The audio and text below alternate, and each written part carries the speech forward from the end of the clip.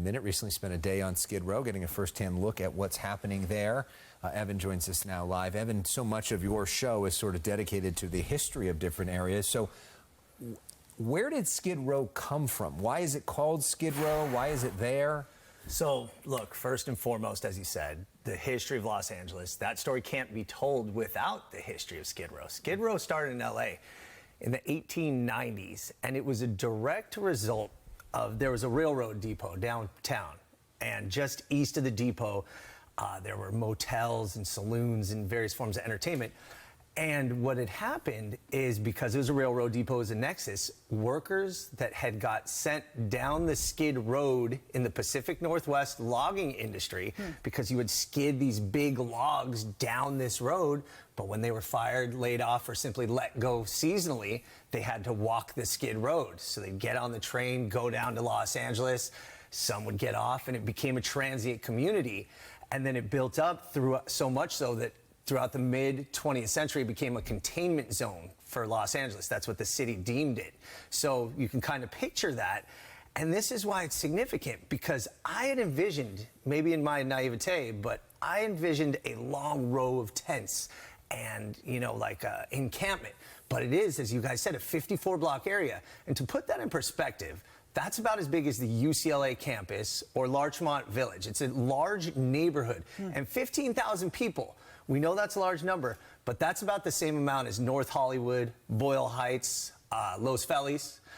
So it is a big community, and you can't tell the story of Los Angeles. You can't sweep it under the rug, because it is a significant part of LA. I think that most people haven't actually been to Skid Row. They see it on the news, they hear it. Yeah. How does it differ from how it's portrayed?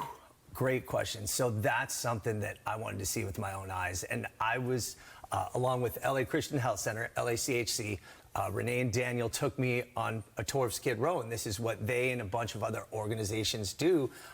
There's LA Mission, Midnight Mission, but they opened my eyes to what Skid Row really is. It's a community. It's transient people have jobs, have obligations, have appointments, have cell phones.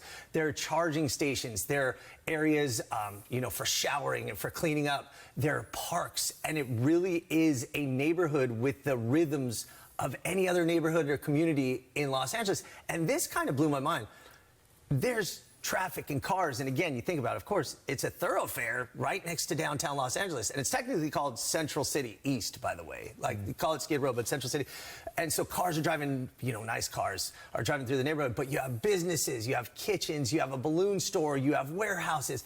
And I never really put that together, so to see that this is an active, breathing part of Los Angeles was really eye-opening for me. And so in terms of what you saw there, obviously that's not a great reality.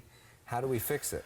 If I knew how to fix it, I would be the next mayor. Or no, but you know, there are all these great organizations trying to help, and you know, they're offering resources, and people are trying. There are families there, there are dogs there. Kind of thing worth mentioning for me is I did see a lot of people with dogs and pets, but to indicate that these are families and these are people, you know, that are having a lifestyle and aspiring. And there are these beautiful facilities, right? Like the Joshua House for the LACHC. It's a $25 million facility. Has an optometrist, a dentist, a doctor's office. So people really are getting services. But how do you solve it? I mean, look, the truth is it's a 50-year plan. Sure. And people don't want to hear about that. They want something overnight. But things are happening there, and it really is a community worth observing and acknowledging in Los Angeles. Well, thank you so much for spending your time down there, your day, and then putting that on your podcast and enlightening us here at 6 o'clock. Much more from Evan Lovett. Follow LA in a Minute on Instagram for daily insights, and subscribe to the In a Minute with Evan Lovett podcast. The episode I Spent a Day at Skid Row was posted October the 20th. Evan, thank you so much. Thank you very much. I appreciate you guys. Great to see you.